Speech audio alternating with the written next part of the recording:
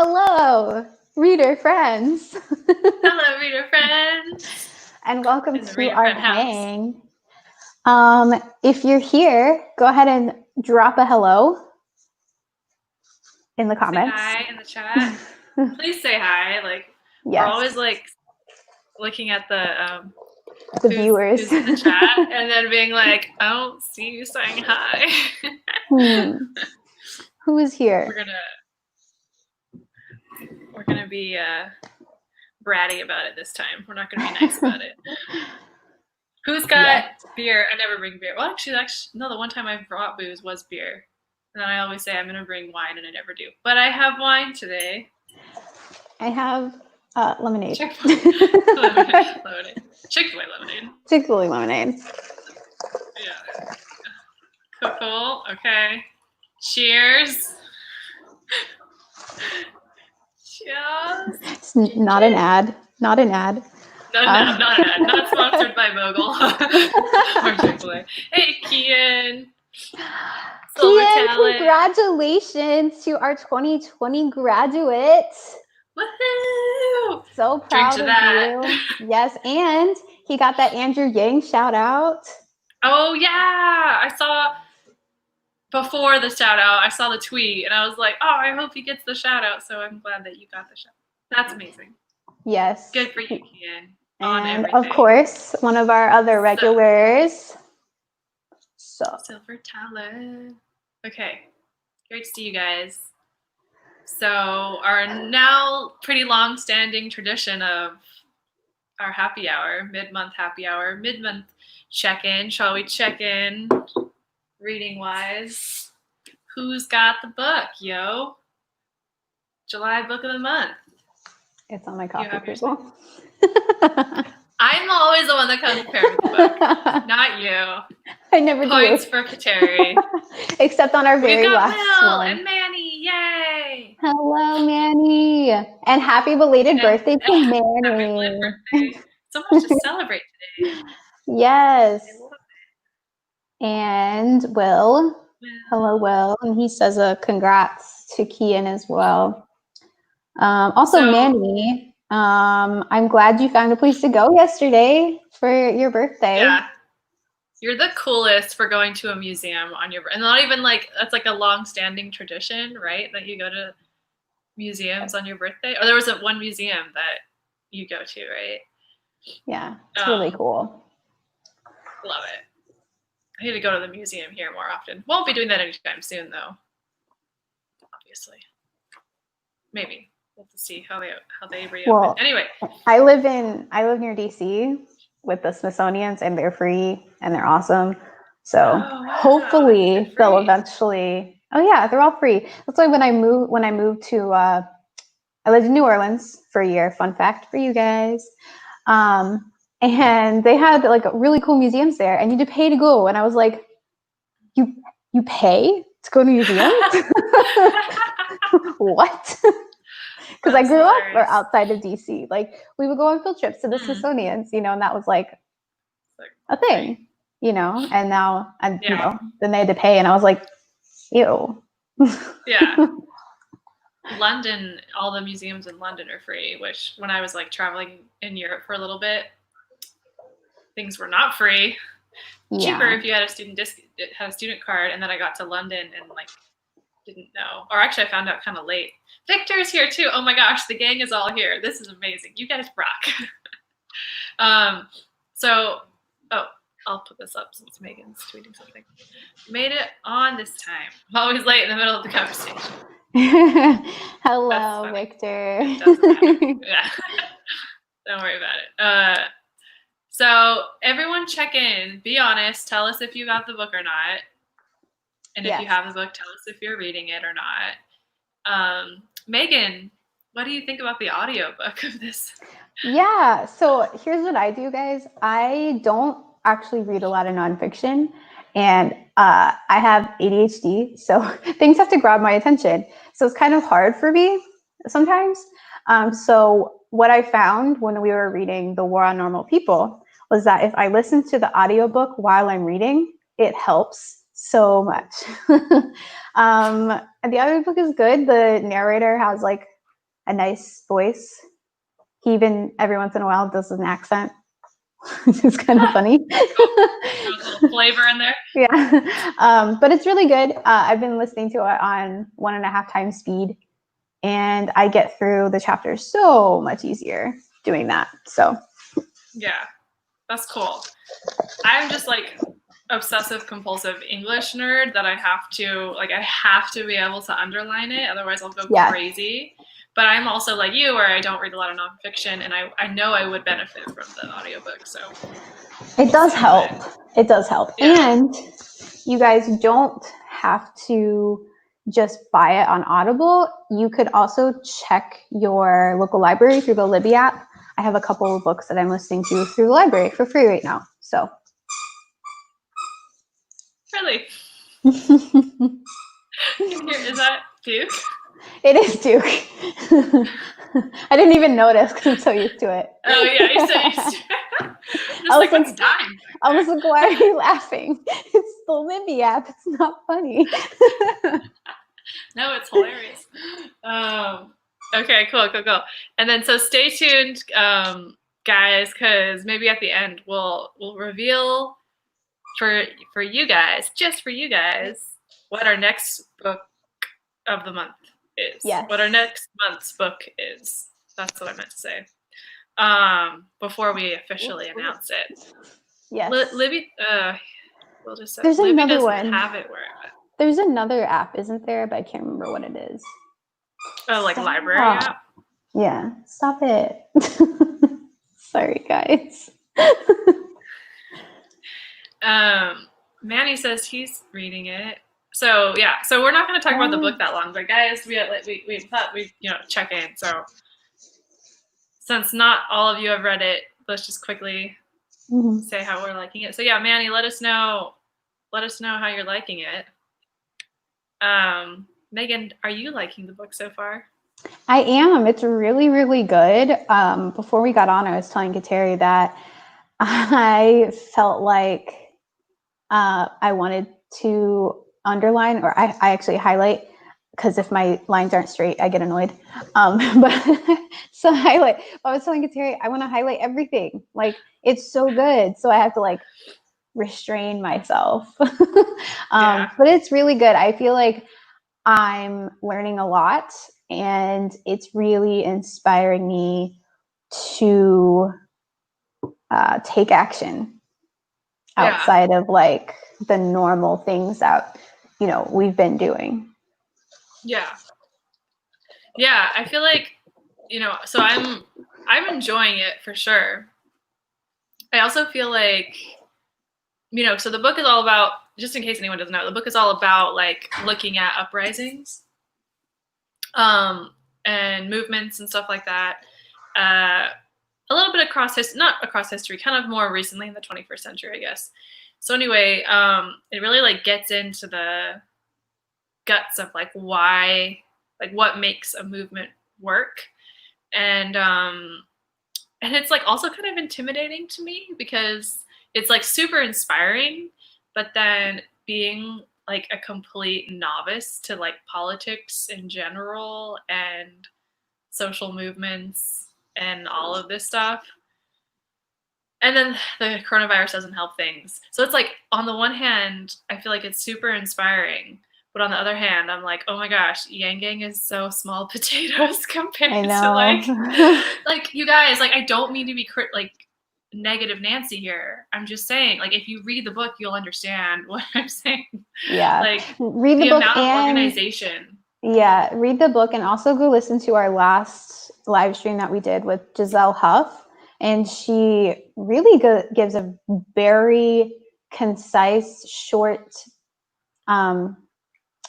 rundown of This Is an Uprising and gives her opinions on it and like what makes a movement. This is a woman who has lived through several movements and taken part of several movements.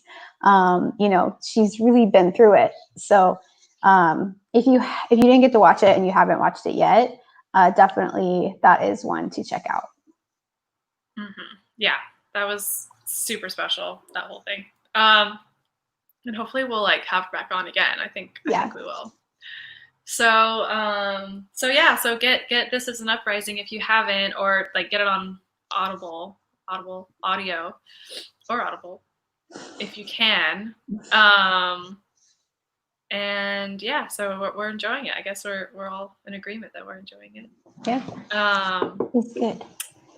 It's good. Yeah. So we'll be discussing that in like a couple weeks at the end of the month for our official discussion. So Meghin, you have a little project going on right now with David Kim. Oh, yeah. Not with him, like. No. Yeah. So as the book club, we try not to like get too political. We try to be pretty like apolitical, just because we're trying to like be a safe space.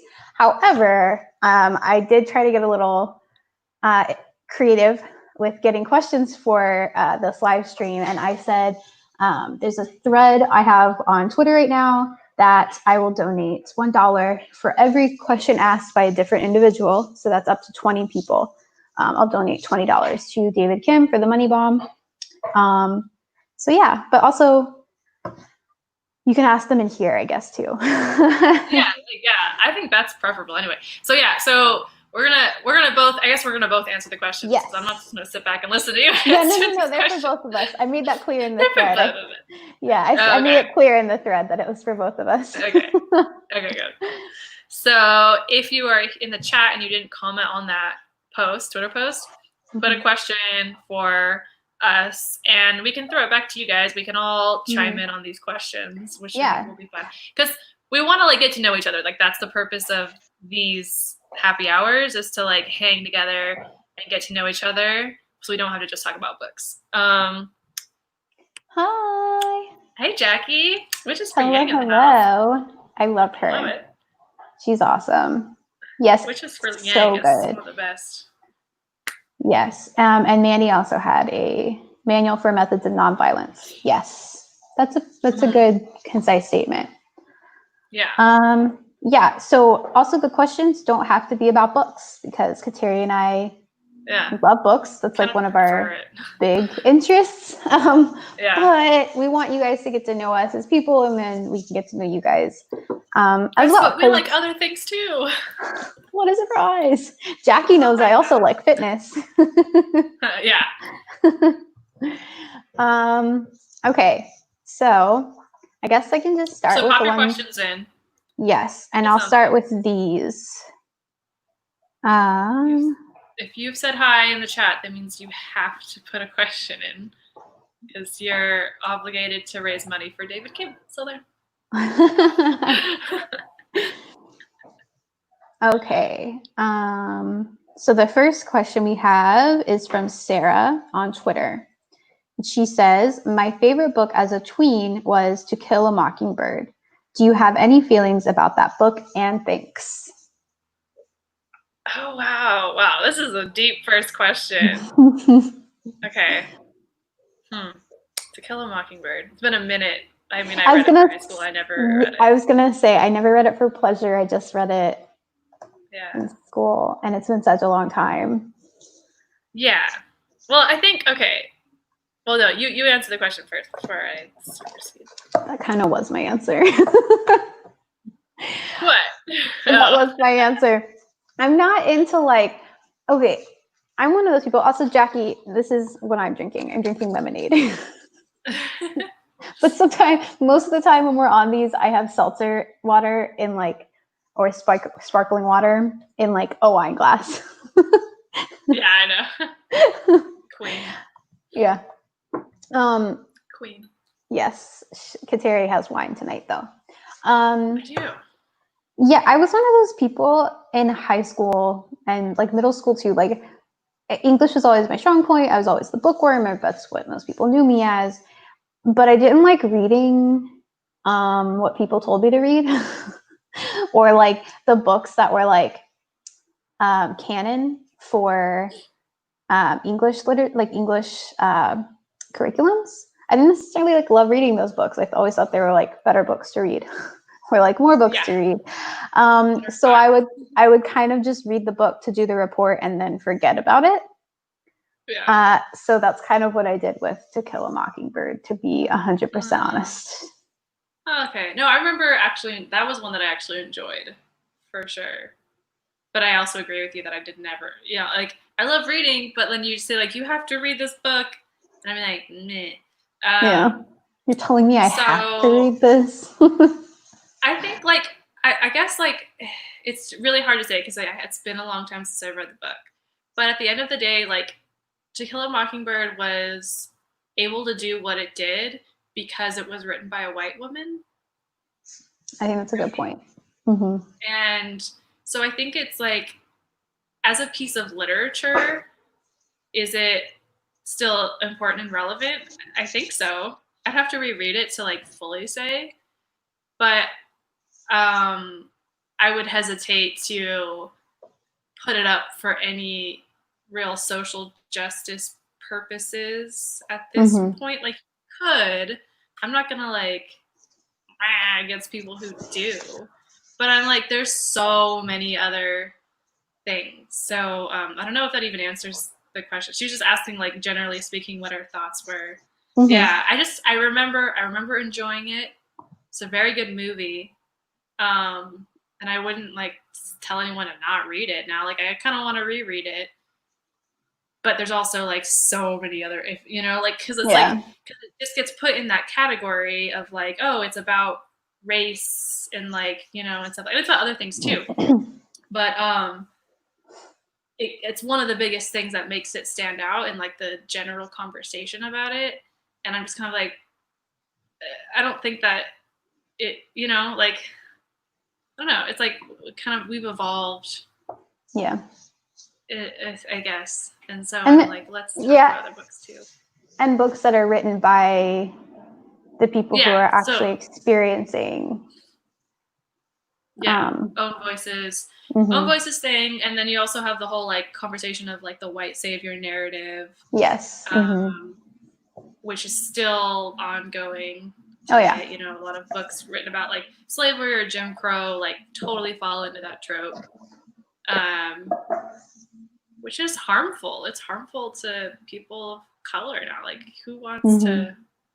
It annoys me when, like, white people, like, still be like, but, like, go, but, and it's like, but, like, have some empathy. Like, put yourself in that perspective of, like, okay, so the only way that these, that, like, if you're a person of color, if you're a Black person, that, like, you can have a victory in a story is if a white person, like, brings you along for the ride.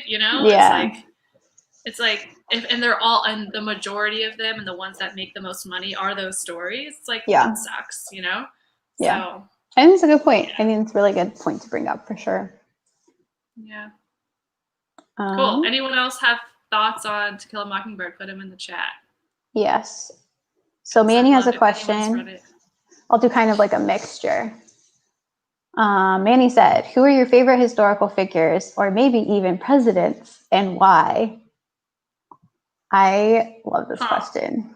I love this question. Cool. I have, like, several. So I was a history minor.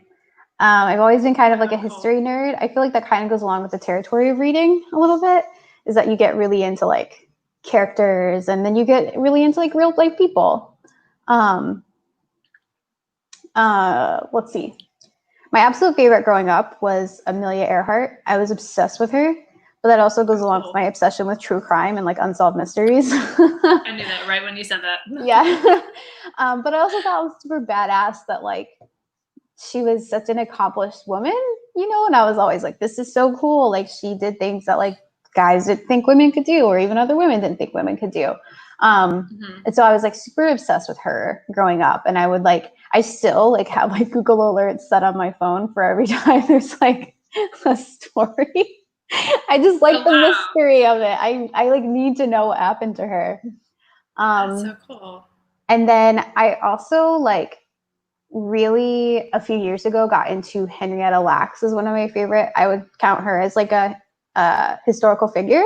And I've talked about her before. I think she is, like, a figure in history that a lot of people don't necessarily point to, but she's the reason we have a lot of the cancer treatments that we have today. And that was done without her knowledge and without her consent. So Henrietta Lacks is a Black woman who had cancer, and they did research on her. Like they took her cells and did research and made all this money doing research, and she never even knew.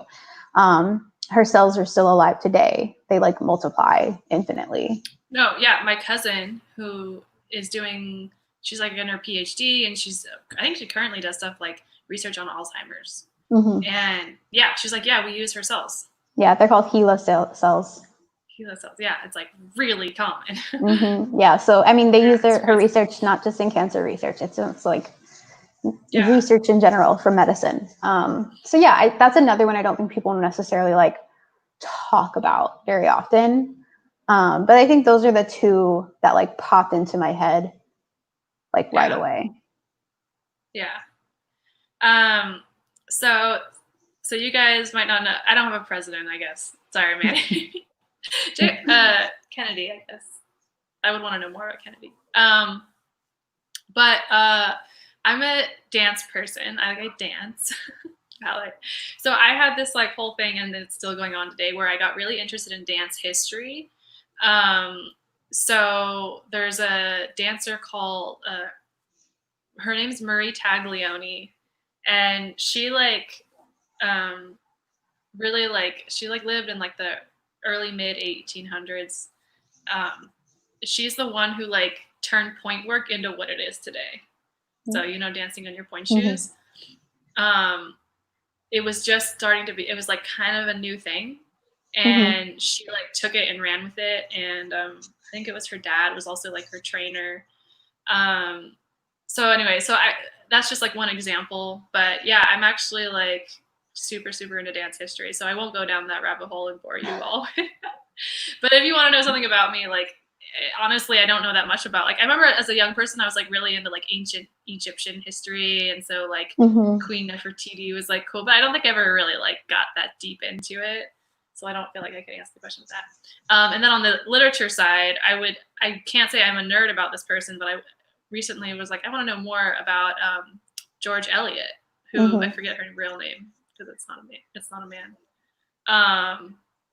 But Middlemarch by George. Yeah, so I'm kind of I more so get interested in historical figures that have to do with the my already established interests, dance and books. So yeah, but I also really liked Amelia Earhart, but also to do with my interest because my dad is a airplane mechanic, flyer person. So I was she's cool. So she's a lady, right? She's so awesome. So interesting. And I would talk about it with my grandma. So it's one of those things too. So it's I hope that does that answer your question, Manny, sufficiently? It's a good question. Cool. So on brand. Yeah. Very good job, Manny. And since Kian's is here, I'll go ahead and ask this one too. Are there books that you take extra measures to keep clean and safe, like unopened copy, plastic sleeves, etc.? You can go first this time. So one of my favorite books is Peter Pan. I read it when I was a teenager, I guess, but it's a beautiful book. And so that's one where I collect different editions that as I find them. And I have some old ones that I don't have them protected, but yeah, I don't really use them. But I have one that if I ever have kids one day, it's I got it when I was at the Strand, which is a famous bookstore in New York City. And so cool. Yeah, it's really, really cool bookstore if you're ever in New York City. Yes. And they had in the kids section, they had this beautiful edition of Peter Pan, but it comes with all these activities and stuff like that, and real thing, but it's really nice. It was really expensive, and I have that still wrapped up. I haven't opened that. And do I have any other that are completely, other than the fact that I have I actually have some of my favorite books are in a box under my bed, which is I don't love that fact, but it is to preserve them because it does keep them more actually airtight, and I don't have a ton of space. Also, if I had a ton of library space, then maybe I would have them out. But yeah, so I'm not too protective of my books. I have a few that I have put underneath the bed and safeguard it a little bit? I really like this question. It's such a sweet question. It's yeah. Even though we were like, don't ask questions about books, we were like, I like this one. Yeah, I like this one. Yeah. So in plastic, actually, what I have in plastic right now is Theresa Funiciello, who we had on our live stream, sent us the comic book that she helped create. And I haven't taken it out of the plastic. I haven't opened it. I literally haven't. Should I show it? I don't want to show it. It's in the plastic because I feel so honored that she like sent it to us. You know, so like I don't want to mess with it. I am going to read it eventually. If you haven't seen that live stream, it has Scott Santon's in it. Yeah. It has my address on it. I know. I was like, Kateri. But it was and then it has this on it. Yeah, it was just so nice of her to do that for us. So yeah. So that's I don't know when I'll take it out of the plastic, but I kind of do the same as Kateri. I have like a certain book that I have several editions of because it's my favorite, and that's Wuthering Heights. I have like several different editions and copies of Wuthering Heights. It's like my favorite book. I read it once every year. It's just really good. So I have like 3 or 4 editions of that. And some of them are from like used bookstores, from going to those. And then some of them are like the really nice editions that you'll see at like Books A Million or like Barnes and Noble. The like really pretty ones. And then I have this one that I keep really safe. So Edgar Allan Poe is like my favorite poet. I did like my senior thesis on him and everything. He's just like, we were like best friends. But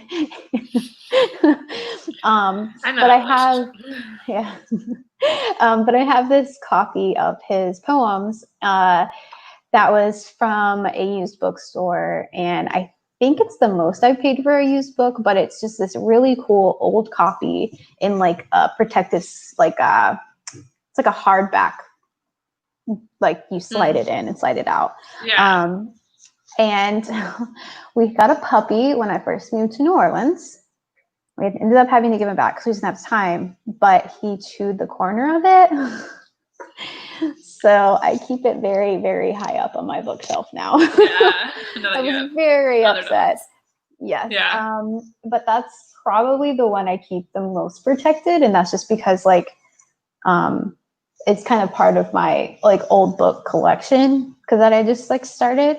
And it doesn't even have to be a book that I read. It just has to kind of catch my fancy, I guess. Like if I'm walking through like a used bookstore and browsing, like I have an old book of like Mother Goose rhymes from like a long time ago. Like it's almost I can't touch it very much. And so it's just like books like that I'm like, oh, this is really cool. And it's like the aesthetic and the smell and the look. I don't know. So we could go on a whole tangent about old books. We should hold off. Save that for another day. Yes. Jackie, that doesn't surprise me. He's my favorite. I love him. I love him. I could talk about Edgar Allan Poe. Edgar Allan Poe. EAP. Yeah. EAP. Yeah. Should get on that. I use plastic sleeve for every single manga I get through reading. Oh, of course. I love that. For those of you that don't know, Kian is one of our Yang Gang librarians. And he uploads a video every month talking about different manga. Yeah. Yeah. I have a huge plastic box in my closet, which I keep signed copies safe. Oh, yeah, because Manny's got a freaking cool book collection going at this point because you just like had so many books like signed by the author. Yeah. You should make like a whole like scrapbook about that. I don't know. That's just really cool. Should make a thread. I love that. Yeah. Let's check back in on Twitter, see what we got going on. Let's see. Okay, here is one. Well, actually, Roy asked 2. Love Roy. He has a non-book question and a book question. And the book question kind of goes off of Manny, his comment. So I'll ask that one first. He said, your first printed signed copy. of a book, I guess. Oh, wow.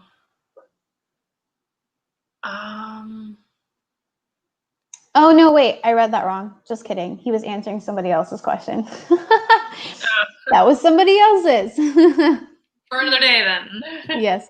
Okay. Well, his non-book question was, what was the most dangerous / thrilling thing you've ever done?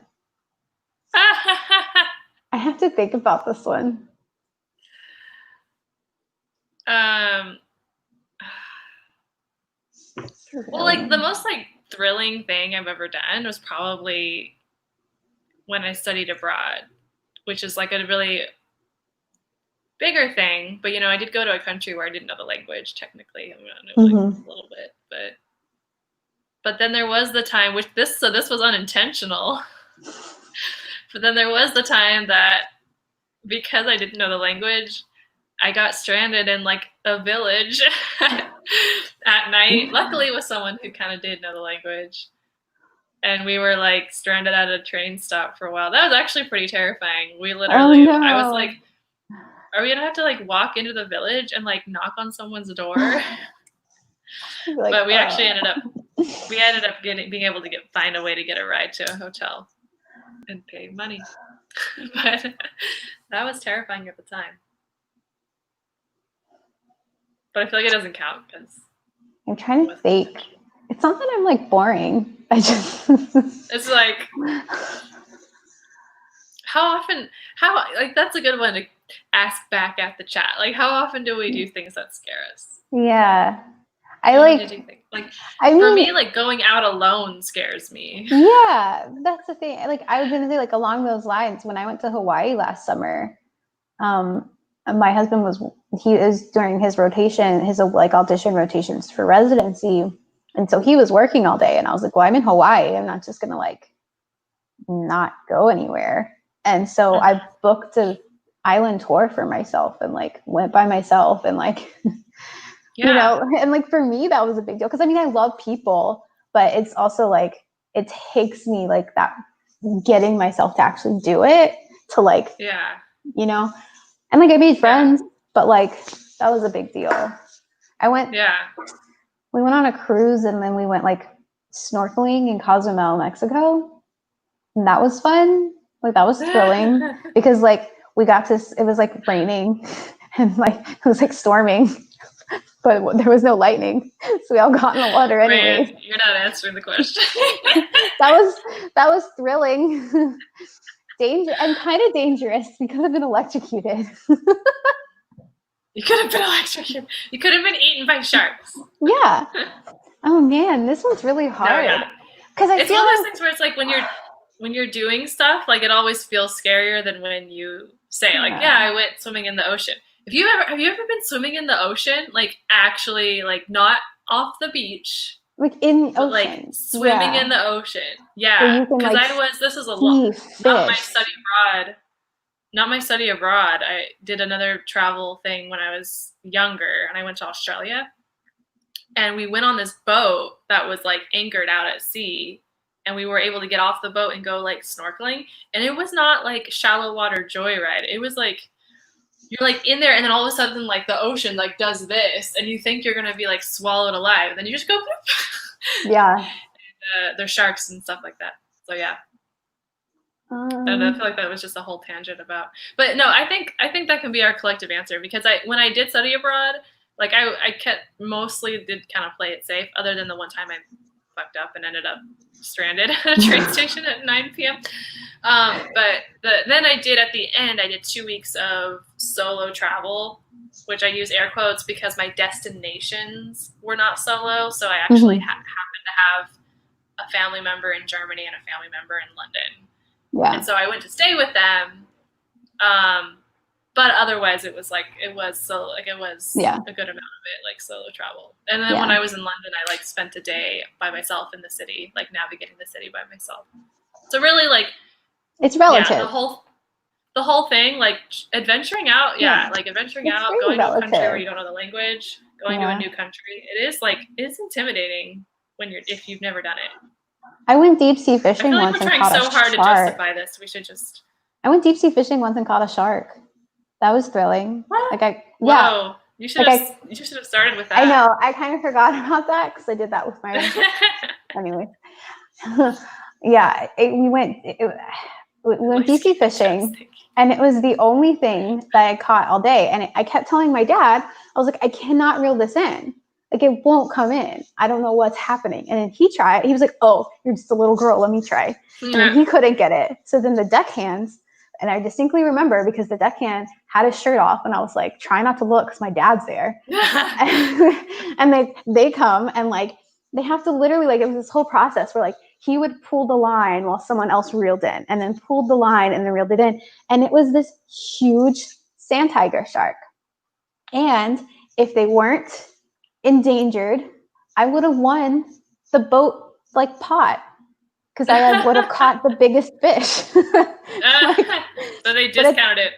Yeah, it doesn't count. They're endangered. Yeah, well, unless you reel it all the way in, and like we couldn't. But I remember, I mean, it was this huge, like it was like 8 feet. I think it was like an 8-foot sand tiger shark, and like it was. I mean, it was That's huge. Insane. It was terrifying, actually. But shit. It was cool. It was like exhilarating because I was like the smallest person. I was like the smallest person on the boat, and I caught a shark, like an actual shark, and it was the only thing I caught all day. So. Wow, that's the coolest story you ever told me, Meghin. Oh, nice. You're so much cooler. I feel like I have like interesting stories, but I don't have like stories like that. I have like culturally interesting stories. Hey, you. I was robbed, man. I just wanted one of the teeth. That's all I wanted. I just wanted a tooth. That is so animal rights not cool, Meghin. I know. I let it go, though. Let it go. Okay. So, Steven. All right, good. Steven. Well, wait. I want the people in the chat to answer the questions, too. So, if you guys have something scary that you've done, make sure you answer so that we can see, too. Okay, so there's a follow-up question or something to this one? Jackie is a beekeeper. Ooh, yeah. And she got stung by jellyfish. Okay. So this one is from Steven. This is the new questions. He has several questions for us. So Steven is really cool. He is the one, it was him and one other person. He and one other person, English degree. He and one other person, they're the ones that started Yanking Fitness, the hashtag and the group and all of that. So that's cool. Fun fact. I did want to shout that out though, because that has been fun. He has several questions for us. His first question, least favorite genre. Oh, okay. I like that.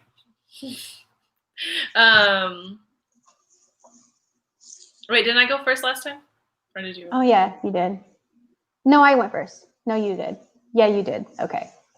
Oh man. Okay. This is very specific. Like gamer fantasy books. Do you know what I mean? My dad reads them. I don't know. No, not like that. Like yeah, that's more pop culture. Yeah. No, these are like the ones that you find for like $2 or $3 at like Walmart. You know what I mean? Like the small, thick books. Uh-huh. I see why people get into it because it's like world building and like, but it's not my favorite. Mm-hmm. But I get the appeal. Mm-hmm. Okay. I was also kind of stalling because I kind of don't have an answer to this. It's kind of hard. I think it's like one of the few things that Meghin and I like joke that all the time that we're the same person. One of the few things that we don't have in common is that I don't love mystery psychological thrillers, which is weird because it's not like when I read them, I'm like glued to the page, but it's just not something I gravitate towards, and I don't know why. But I think it's because like as I get older, horror, anything like remotely creepy, I turn into more and more of a wimp. Yeah, I feel that. I'm getting worse, guys. Like I'm not like I was always afraid of the dark. I was always afraid of the supernatural. The supernatural is like if it came to horror, I guess maybe then to that extent it would have to be horror actually. Mm-hmm. But it's not that I don't like it. It's just that I know I can't handle it. So maybe I'll lump anything anxiety inducing for those specific reasons where I feel like someone's going to come out either of the other dimension or my window and kill me. Not happening. It's in my house. Yeah. So that's my genre, I guess. I once got dropped off in the middle of the woods in Oregon. Why? Okay. Can I ask why? Now I feel like I want to learn so much more about Silver Talon's Speaking of history. horror. Speaking of Who horror. are you? What's going on? Of course, Kian would say it. Of course, Kian, yeah. Okay, cool. Well, you know what? That's why we need you on the team, because we need lots of different perspectives and interests. So you know what? I'm just going to take these off because there's a glare and it's bothering me. Oh, okay. It wasn't bothering me, but not it bothers me. I would read like children's literature like all fucking day. Like she says hitchhiking. Okay. Oh, hitchhiking. Wow, that's actually really cool. But then the person was like, y'all, you got to get out for whatever reason. And you had to get out in the middle of Oregon forest. That's how. It was probably a pretty forest. Yeah, that's how episodes of Disappeared start. Meghin would know. That's how you end up on a true crime podcast. That Meghin listens to, that talks about in a live stream. Okay. Oh, I don't like this next question. I don't like it. If you had to get rid of one famous author and all of their works, who would it be? What? Oh, no. What's the point of this question? Stephen likes pain.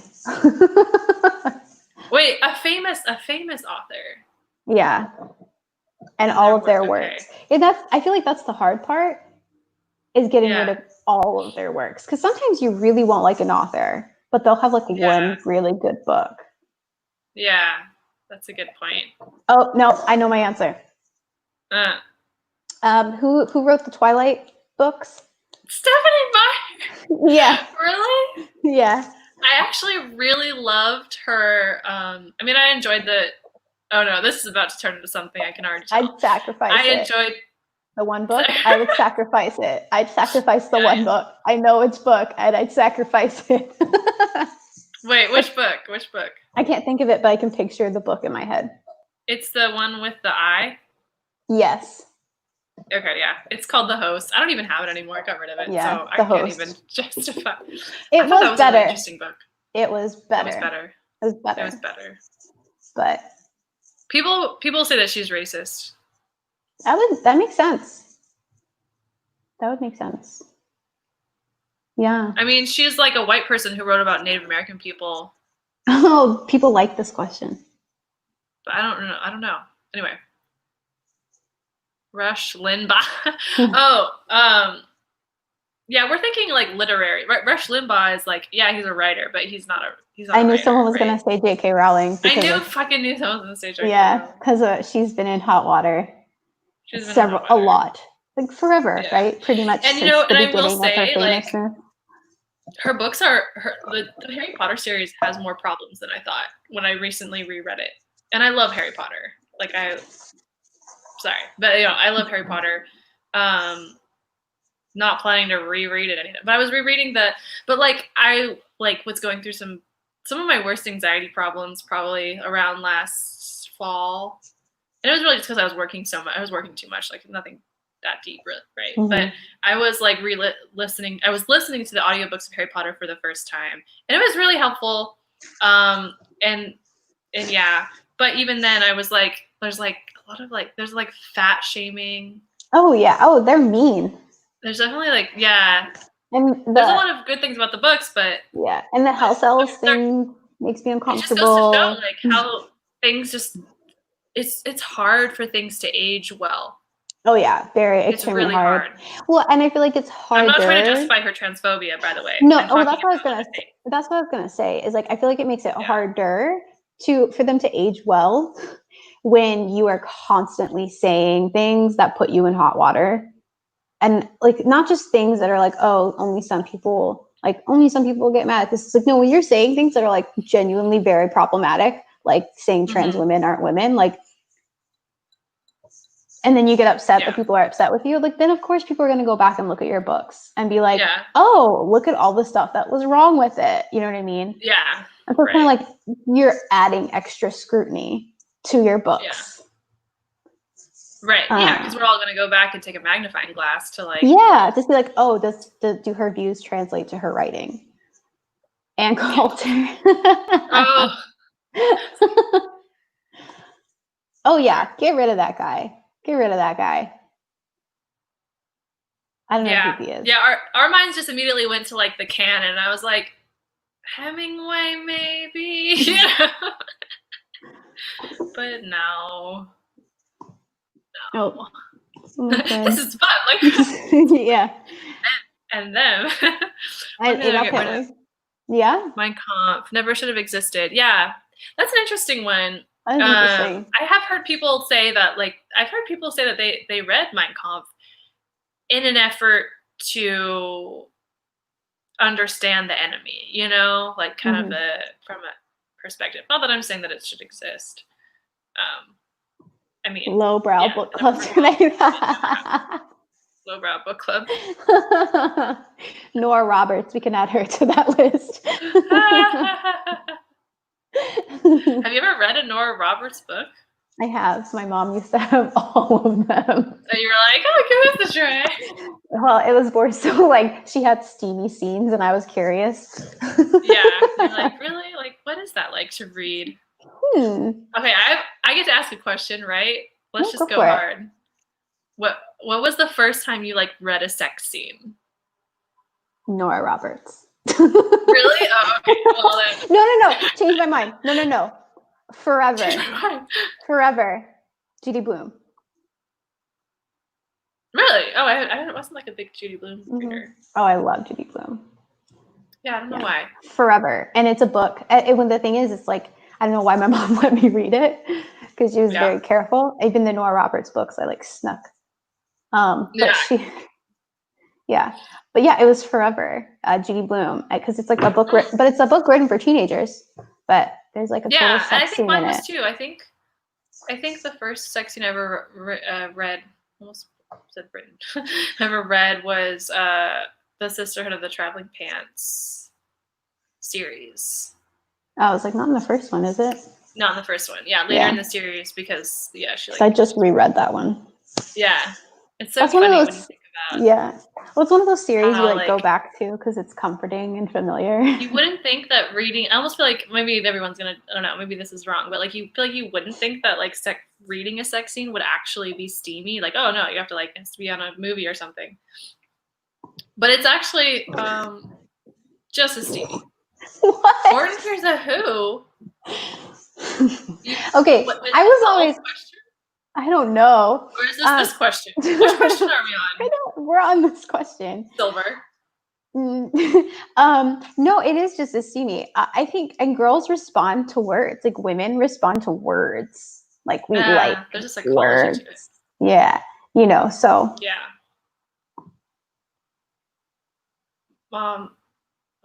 DC Andrews. Yeah. Who's that? I don't know who that is. I acted like I did though for a second, and then I was like, "No." It sounds familiar. Yeah, I was like, "Yeah." Actually, I don't know. Jackie, let us in the loop here. Jackie, you need to tune into all of these. You're so like you just keep. Yeah, we need your input. Okay. So that's a good question.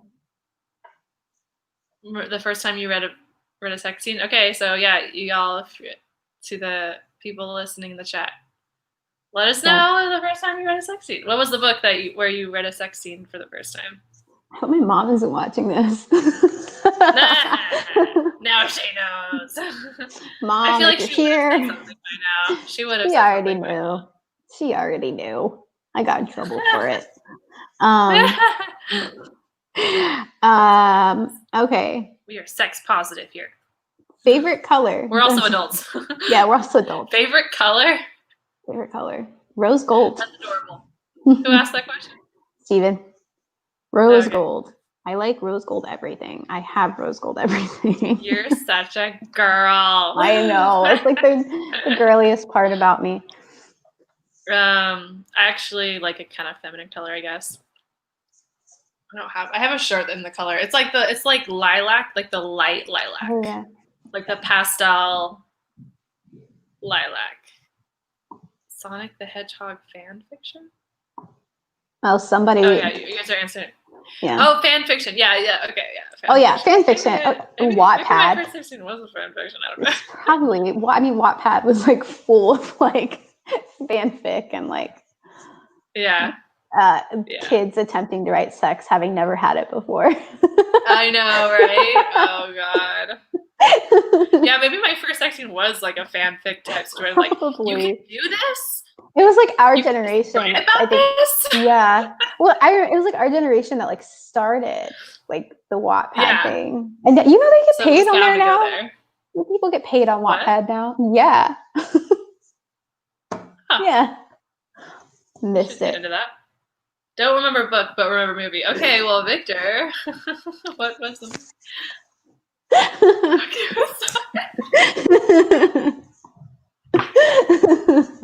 This is so much fun, you guys. We need to do this more often. This is a juicy question. Let's make a point to talk about sex and books in every happy hour. Oh, man. Okay. Andy has a bunch of questions for us. Love it. Okay, the first one is for Kateri in particular. Kateri Ransom, is that your real name? Because you would make an awesome superhero. Oh my gosh, that's the coolest thing anyone's ever said to me. I said that before. You totally sound like you'd be like an X-Men character or something. Kateri Ransom. That's so cool. God, or that's like a vigilante. So the opposite of who I actually am. Like an old school vigilante, you know, like with the mask on. Guys, I'm like the least badass person ever. She has her moments. So, is it my real name? Yes. Kateri Ransom. I won't say my middle name. Tell the story. So Kateri is a saint. So I'm part Pueblo Indian. So, but Kateri Tekawitha. I can put it in the chat. Mm-hmm. Kateri with I think, yeah. Hopefully I'm right. She reads it above. She was what? They said your superpower is you read it above average. Oh yeah, which is not true. I'm such a slow reader, guys. I read shit twice to get it. Like, that's how bad it is. There's like nothing badass about me. Okay, so I can't see. Meghin, just put it back on. Now it's annoying me. I can't see. You can't. Oh, well, that's beside the point. Or I mean, that's contrary. Okay. Anyway. Oh yeah. So anyway, so I'm named after Kateri Tekawitha, who like lived in like the 1600s and was Native American in New England area, and she actually converted to Catholicism, not Christianity, and like suffered like persecution from her tribe and left and went up by herself into Canada, and like lived her life out. And then when she died, she had smallpox as a child, so she was scarred. And so when she died, her face apparently like perfected itself. And so that constituted as a miracle. And also she was very devout Catholic in her community. And so she was beatified and canonized. So I'm named after the only Native American saint, Catholic saint. And even cooler than that, my aunt, who sadly passed, my great aunt, who sadly passed away, I mean, like maybe 7 years ago now, was a big part of getting her canonized. So, yeah, which wasn't, obviously they didn't know that when they named me that, but so it's like an Indian, and it means Catherine. It doesn't, so I have an Indian name, but not at the same time because it doesn't mean anything. It's, and she, I don't even know what her real name was.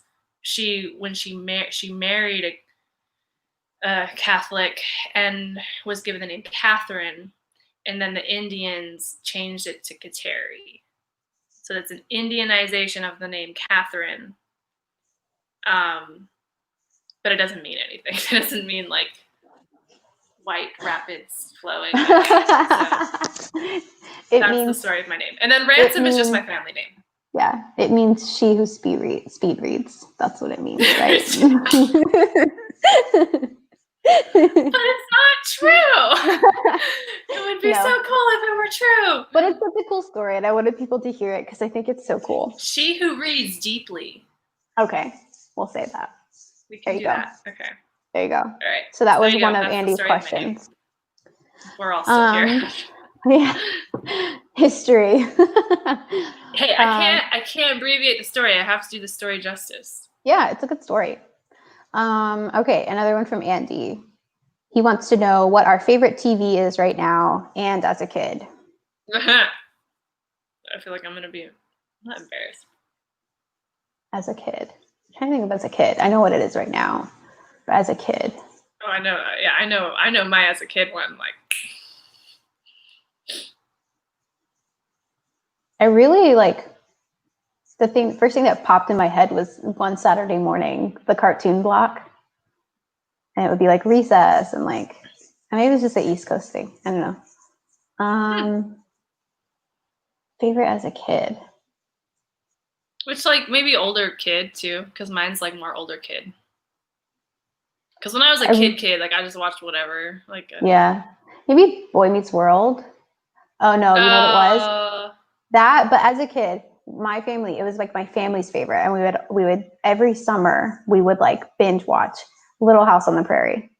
My mom had she had every season on DVD, and we would binge watch it, and I would have like my favorite characters and like my favorite episodes, and like so I've seen every single Little House on the Prairie like at least 2 or 3 times. Oh, Crocodile Hunter. Oh, yeah. I was thinking like for some reason I thought cartoon.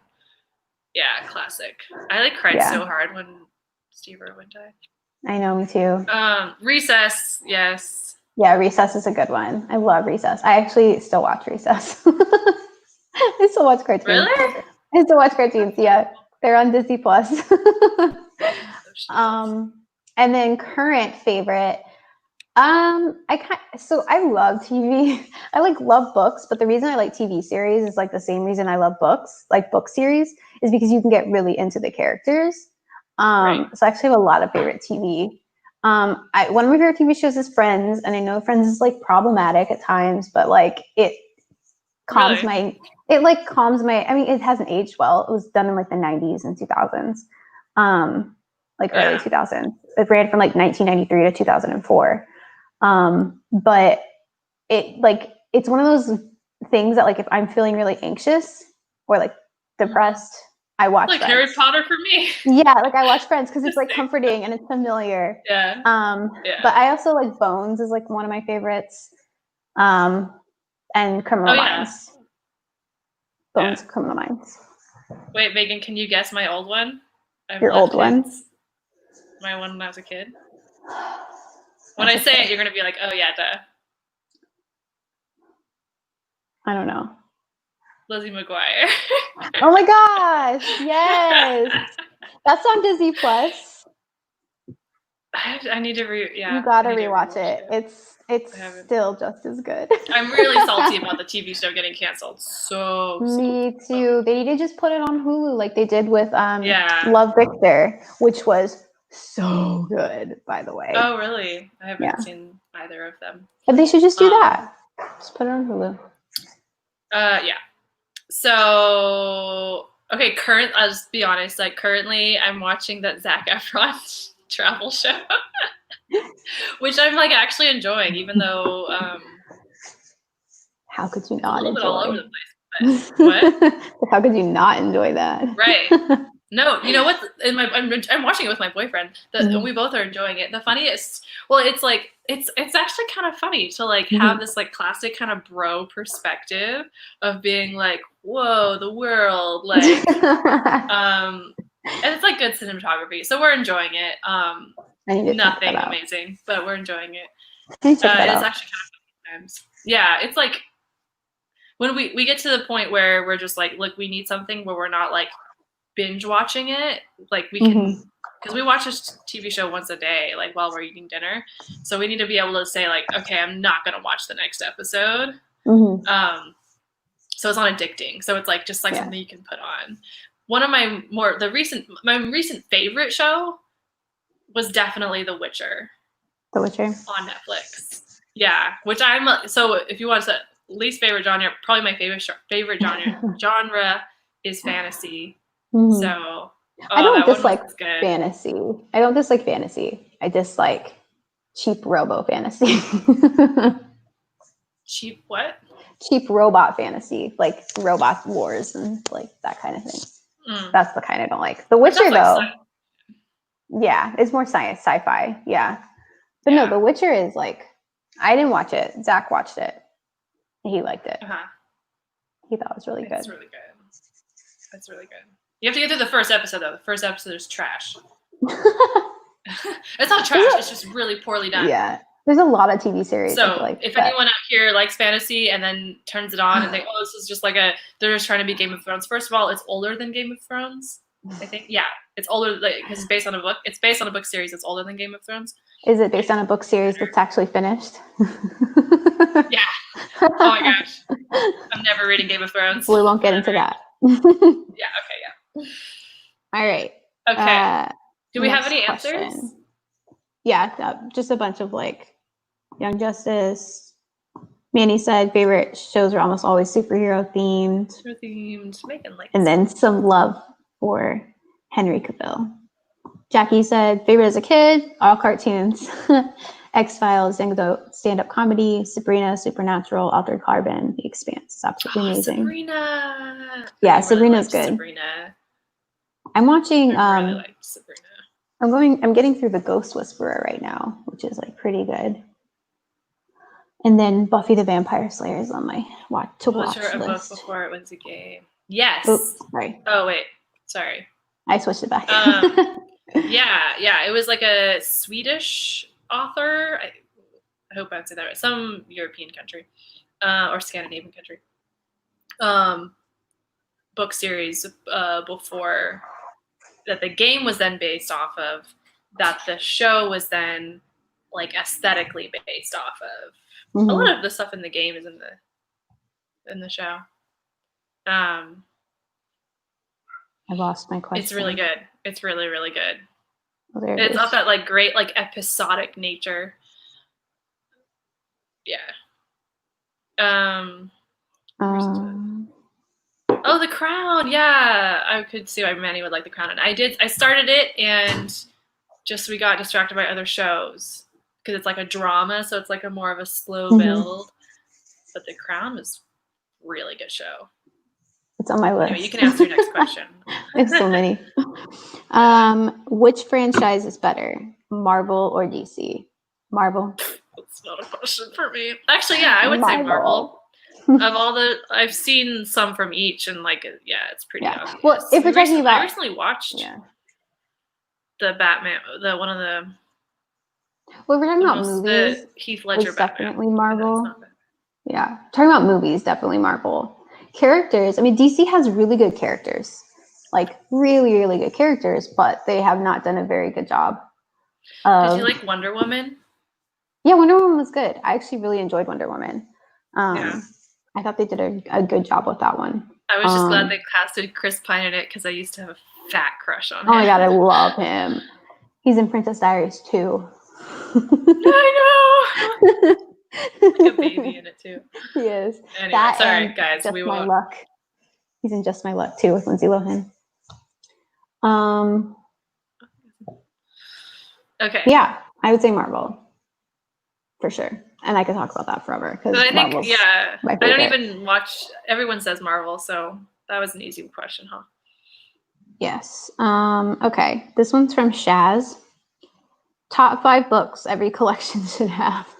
Oh, top 5.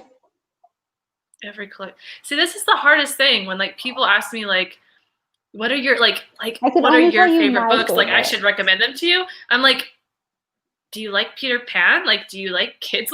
Like, yeah, that's the thing is that like I'm such a dork. Yeah, I read a lot of like memoirs and psychological thriller, like mysteries, like, but I don't like gore, so I don't read gore. I like gore is in like war and like horror. But like that's not everyone's cup of tea. Like not everybody likes that like mystery and like I like YA and like yeah, I like YA too. But you and I like totally different YA. You know what I mean? Like YA is like a huge, all-encompassing genre. You know, so it's like.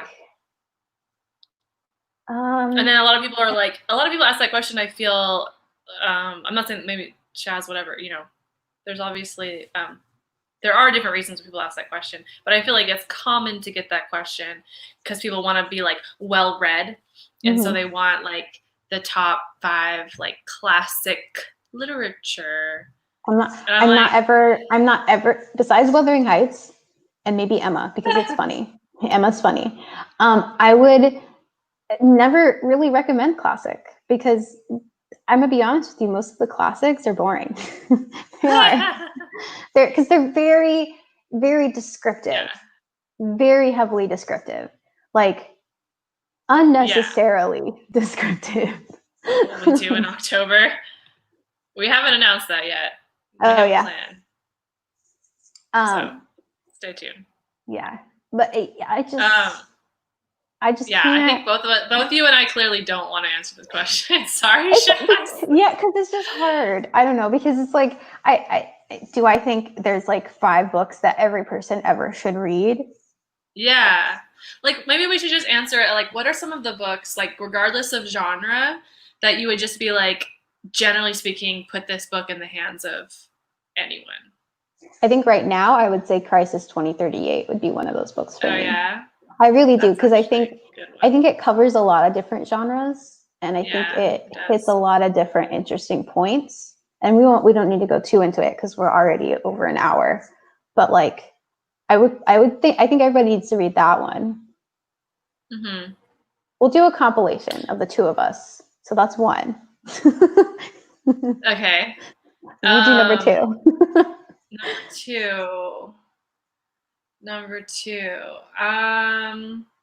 There's this book called Codename Verity by Elizabeth Vine. And it's just a good story. It's like a World War II story. It's really well crafted where there's a mystery element to it. There's history. It focuses on 2 really, really interesting characters, like really, really interesting and lovable characters, but that has a gut-wrenching ending. Oh my God. So, yeah, just a book where it's like, it's classified as YA actually. But I think it'll stand the test of time and like be considered, like it'll continue to be reprinted and just be considered a good book. Kind of like can be so gut-wrenching. I know. So yeah. So that'll be my number 2. I'm like looking at my bookshelf right now. Yeah, I need to like hop over there. I guess the next one that comes to my mind is a memoir. Look Me in the Eye by, his name is escaping me right now. Oh my gosh, I'm so mad at myself.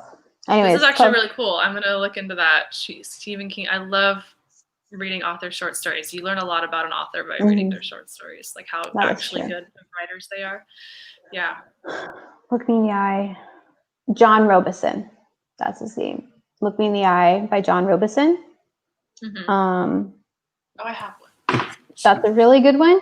And I think that's a really good one because it talks about being diagnosed with, well, he was diagnosed with Asperger's, like really late in life. And his story is really interesting because it's like him writing about like his life when he didn't know he had it, as someone who knows he has it now. And I think he like does a really good job of like still capturing like those emotions. And just very candid and like, I don't know, it's just really good. And I love memoirs. A good memoir to me is one that you forget is nonfiction. To me, is like one that is so. No, I agree. Like, and not that everyone's life has to be bizarre, but it's almost like you forget you're reading nonfiction because it's like you're having a conversation with someone, or you're just sitting down and listening to like a really good story. And like, you just forget that you're reading someone's real life because they make it so, not sensational, but like just really well written, and like it connects so well. And like his book, Look Me in the Eye, is one of those. And then his brother, Augustin Burroughs, is my favorite memoirist. All of his books are very much like that. So I would say his, though, specifically because it's like a really good own voices book. Cool. This book, so if you guys know about Takeover Tuesday, Meghin and I have actually done one. We just did it. Yes, they're on our YouTube channel. Back in the embryo stages. It's on the YouTube. It's on the YouTube channel. Yeah. So anyway, this was in that list. So, like I said, I'm part Pueblo Indian. This is not written by a Pueblo Indian. It's written by a Chumash Indian, who's part Chumash Indian. And I actually met her. So I know we were talking about like special books. I don't necessarily. I should probably take better care, but I did hear her speak. It's by Bad Indians by Deborah Miranda, and I heard her speak, and she signed it. And, so anyway, so this is a really cool book because it's like Native American history and Californian history, because she's talking about how the history is connected to like the land and the history of the state. And then there's also memoir and poetry. So I love it for that reason of it's like this genre bending, native, like, just like it's saying like, just so like saying like fuck you to like every sort of formality of, you know, publishing and the patriarchy and just like all of that shit. I love what this book stands for so much, but it's also really, really, really good book. So it's kind of, it's like, it's hard to put into a nutshell, but essentially a good amount of it is memoir. And if you like live in, not memoir, a good amount of it is history. So history I didn't even know about California. It's essentially getting into the missions and how the missions in California were all built on slave labor by the Indians, and which is a little known fact. In fact, it's taught in our school system, but it's not taught. Like, we do mission projects where we build missions in 4th grade. It's like a California standard. It's like the 4th grade mission project. And she like literally makes the comparison, like, you wouldn't have 4th graders build Holocaust concentration camps, right? Like, why are we building missions when all of them were literally built with Indian slave labor? And it's just like, didn't know that. Then like I like I'm part Indian, so it's actually going deep into that. And then she also, but then like, she's living now, so then the memoir kind of gets into like the idea of like history being rewritten and being buried by white people, and then there's also really beautiful poetry. So this is one that I absolutely like shove in the hands of people. That's a good one. Yeah. Number 5. I'm gonna go ahead and say this is An Uprising. Hey, I am, because I think bring it right back around. And the reason I say that is because it literally is a manual for nonviolent conflict and nonviolent revolt. Because imagine if like in high school, if this was taught. Yeah. Like there would. We forget how much power we have as a people, and we forget that like we we are America. You know what I mean? And like we are democracy. Yeah, and like we forget about that. And some of the stuff that we're allowing to happen right now are things that don't happen in democracies. Yeah. They happen not in democracies. I'm tired. I don't feel like going into it, but whatever that thing is called. You know. But yeah, you know, and so I just think it's like it's such a good book. And the reason I say this one in particular, I'm sure there are way more technical ones out there. But it's not technical. It's written in a way that's easy to read and easy to understand, and they don't get super technical. But they do put a lot of information in there. Like the notes section is like this thick. Like it's very thick. Yeah. So like they are giving you a lot of information, but it's not technically written. And so that's why I think it's like a good book for everyone to read, because it's so easy to understand. Yeah, the notes section is huge. They just have a lot of the data. So I'm like almost done. I have this. Yeah, they have a lot of the data.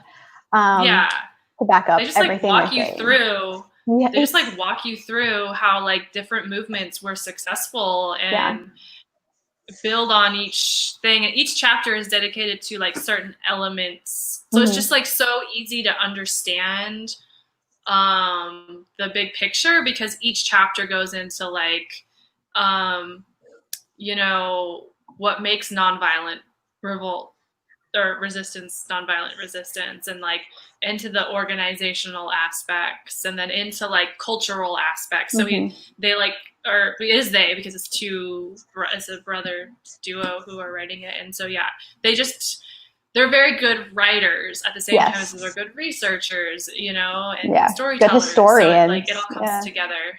Yeah. It's really good. And that's why I would say that one is, because I think we as a people need to remember that we're in charge. That we have power. Yeah. And how to do it in a way that actually creates change and not just chaos. And not just chaos. I really hope, like, you know, you guys read it and just a lot more people in Yang Gang read it, because we as a movement have so much potential. Obviously, COVID makes it more complicated. Like a lot of the stuff he's talking about in the book involves gatherings, you know, but it's not like there aren't ways around that. And, you know, we will get through this, like, you know, prepare for the days to come. So I really, really hope you guys do listen to it or read it, and get more Yang Gang to read it, because if we could just harness it, harness our potential, I feel like there's so much more we could do. Yeah. So hopefully we'll convince you to do that. So I think that's a good note to pretty much end on. Yeah, there were a lot more questions, you guys. A lot more. I did, since Will's on, I did want to answer his question because he commented. Okay. Oh, yeah, great. Yeah, and he said, where do you draw the line between fantasy and science fiction? And the reason I wanted to ask that one is because we kind of talked about that a little bit earlier. Yeah. So fun fact. So I write too, and there's a book that I'm working on right now that I think does exactly that, which I'm excited about. But I think you have a better explanation for this than I would, because I just got like into fantasy. I don't read sci-fi really. Yeah, and I don't read a lot of sci-fi. I think one thing that's kind of becoming more in the conversation, and I don't heavily read a lot of. I read a lot under the YA umbrella, and I more recently gotten into like hard sci-fi and hard fantasy, which is essentially just like the general genre. So I'm no expert, but I do feel like with the onset of greater understandings of science and greater technology capacity, like there's that in itself is already blurring the lines for magic. Like, you know, all it has to be is something that we think is impossible as humans to be like, that could be magic, you know? So what we like deem as magic, like I think we have kind of a, I don't want to say narrow understanding. I mean, you could, but I think it's more just that we've had a very specific understanding of what magic is. And I think that we're going to start to see that definition have some more variance. Loving the special guest here in the last hour of the live stream. So anyway, so yeah, so like what I already kind of forget the question specifically. It was like, what are the difference between sci-fi and fantasy? Yeah. Yeah, the line. So I think it's sort of like up until this point, it's like magic is kind of this. Magic is natural. Science fiction is unnatural. And like, because you have like technology and you have futurism with like these things, these constructs that we've created, whereas magic is usually seen as this thing that's like within the earth or in the air that like humans can harness. And so I think that like those things are gonna just like in our own actual world become less defined. And so, yeah, I think that they're just going to naturally start to blend and meld. And science fiction fantasy is an actual genre. Like, I've been doing research into it. The thing that I'm working on is like more along the lines of a fantasy setting where space is involved. So it's like maybe not what people's mind would immediately be drawn towards. But there's so many different ways you can go about it. So, and I think the genre, I think people are starting to like the idea of like robots and witches or something. Yeah. Like actually putting those two things together. So I think it's really cool. There's a lot of really cool books being written and published that I haven't like read a lot of them, but I've been like keeping my eye out. So yeah, there's a lot of genre bending and gender bending. All of that stuff, which I'm so here for. Yeah. So yeah, cool question. I really, really like that question. I think that series that I like, the Lunar Chronicles, kind of does a little bit of that. Yeah, actually, yeah, totally. Because especially at the end, so it's like not fantasy. What's fairy tales? Yeah. It's fairy tales like Cinderella, told in the future because it's in the future, simply there are, science fiction elements. But then as the series progresses, there's this magical element where there's like a subspecies, what do you call it? The lunar species of humans. Yeah, that settled the moon, but there's like magic on the moon. So because we settled on the moon, those humans gained magical powers. And so now there's like Cold War between the moon and the earth. It's such a cool series. It's such a good series. It's probably my favorite series. And that last book is so good too. Oh my gosh, yes. Lunar Chronicles by Marissa Meyer. We have to make sure we say it. Yes. If you want a fun read that gets into that topic that we're talking about, look up Cinder by Marissa Meyer. Yeah. BYOB. I guess I can put it in the chat. Yeah. It's really, really fun. I love modern takes on fairy tales, so. I think that's how you spell it. Wait, it's Meyer? Yeah. Cinder by Marissa Meyer. And then there's 3 other books. Yeah. So it's fun. And like, all the main characters are girls, but then there's a big cast of characters. So it's like YA. So I recommend it. We both recommend it. They're all badasses. Yang Gang Book Club recommended. Yes. Because we both like it. It's like, it's one that like we both really enjoy. That and like, I'm trying to think of one that's like, I would say, the Ugly series. That would be. Yeah, well, I haven't read it, but I like Scott. I'm a fan of Scott Westerfeld. I love Scott Westerfeld. His books are weird in a really good way. In the best way. Scott Westerfeld is another great YA author, guys. So the Ugly series is. Can you say it really fast? Yeah. So the Ugly series essentially is like in the future where when you come of age, you go and get prettified, basically. So before that, you're called uglies. And uglies are just everyday people, like everyone in the world, like now. Yeah, like we would all be considered uglies. And then you go into like the city, I don't remember what they call it, but it's their version of like the Citadel that every like YA fiction series has. But this is like their version of that. And you go in and then you like get pretty. And it's essentially like you can get any enhancement that you want. You can get like a phone in your eyes, for like stupid stuff like that, you know. And it follows kind of this group that refuses to do that. They're like, I don't want this, because then they can track you. You're really like, they take away your intelligence because they want to control you. And so it follows this like group of people who are rebelling against that and who are trying to make the world back to how it was before they were doing that.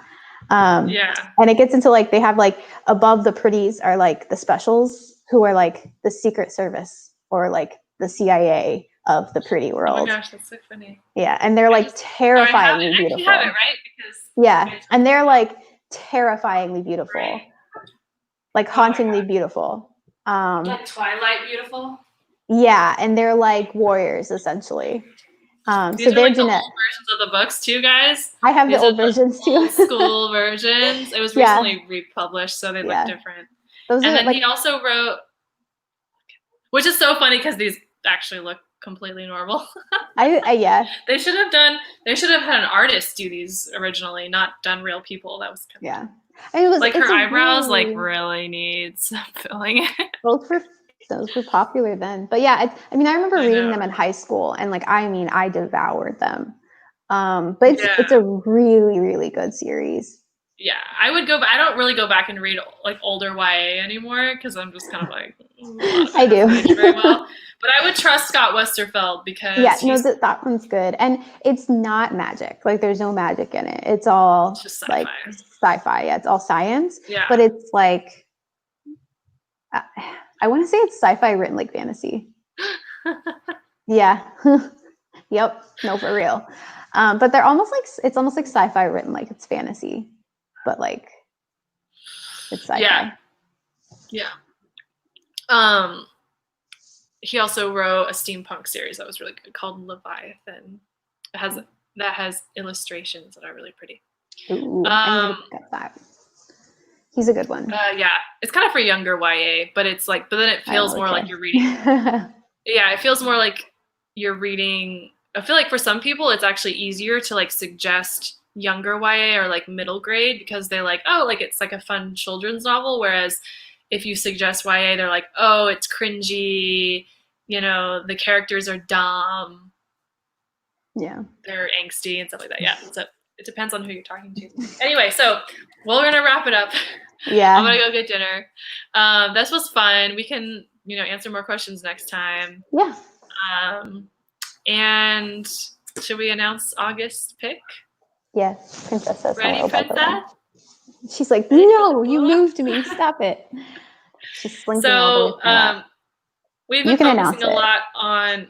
I have it, so I'm gonna announce it. Yeah. We've been focusing a lot on kind of the more social justice and the more economic side of things. So we wanted to definitely mix it up. And then this book just recently came out, and we're gonna hopefully do some things with the author. No promises, but some things are in the works. So it is The Future Earth by Eric Holthus, who is, you might know this guy. He's like a writer. He publishes on I think The Correspondent and stuff. And the subtitle is A Radical Vision for What's Possible in the Age of Warming. So this is essentially, or I can read something, I'll read the back a little bit. It doesn't say too much. It says a hopeful book about climate change and a 30-year plan for reversing its effects. So we're gonna go get into some climate change discussions. So hopefully you're excited. And also this is nice, not very long. Mm-hmm. And really big text, and it's really floppy. If you like floppy books, sorry. We here in the Yang Gang Book Club, we're just trying to change the world. Yeah. We're just trying to do books. good things. Yeah. Can you change the world with books? Yeah, we're just trying to do good things and inspire people. French flaps. So yeah. Anyway, floppy flaps. Yes. We let us know if you're. We get real suggestive with our books. Yeah, we're all suggestive. Books are sexy. Yeah. I think so. Okay. Comment on the book. We are permaculture farmers. Then this is the book for you. Oh, cool. That's super cool. Yeah. So it's basically like, I guess the angle of this is like most climate change books are really negative, and this is supposed to be like positive approach to climate change is the pitch for that. And I don't really know what that is. I hope it means that there's going to be some really cool like science, like futurism, like I don't know. We hope this trains. one is also a manual. Yeah, I guess. Yeah. Yeah. So, but Jackie, that's really cool. Those of you who are here, yeah, it's super cool. Those of you who are here know before everybody else. So thanks for tuning in. We got to be optimistic, or else what's the point? Yeah. Also, I do think that like a lot of people who are climate change activists are so negative that it turns people away in a way, you know, like, you know, I'm not like also trying to defend people, but at the same time, like you can psychology be, is like, if you make it sound like there's nothing you can do to stop it, people aren't going to do anything to stop it, you know? Yeah. Like you can be urgent without being like terrifying. We're all without I think Andrew Yang actually does a really good job of that with We're All Normal People. It's like scary, but then he gives like real solutions, and then you're like, oh, okay, so we can do something. Hopeful. You're like, and it's like if you do those things, the world's going to be way better than it was before. Yeah, and you're like, I want to live in that world. So that's why we feel this book is so Yang Gang. That's so Yang Gang. That's so Yang Gang. We're trying to make that happen. Mm-hmm. Damn it. Someone write us a song. Someone write us a song. The song. That's so Yang Gang. That's so Yang Gang with the book club. Yeah. I just want a song. Okay.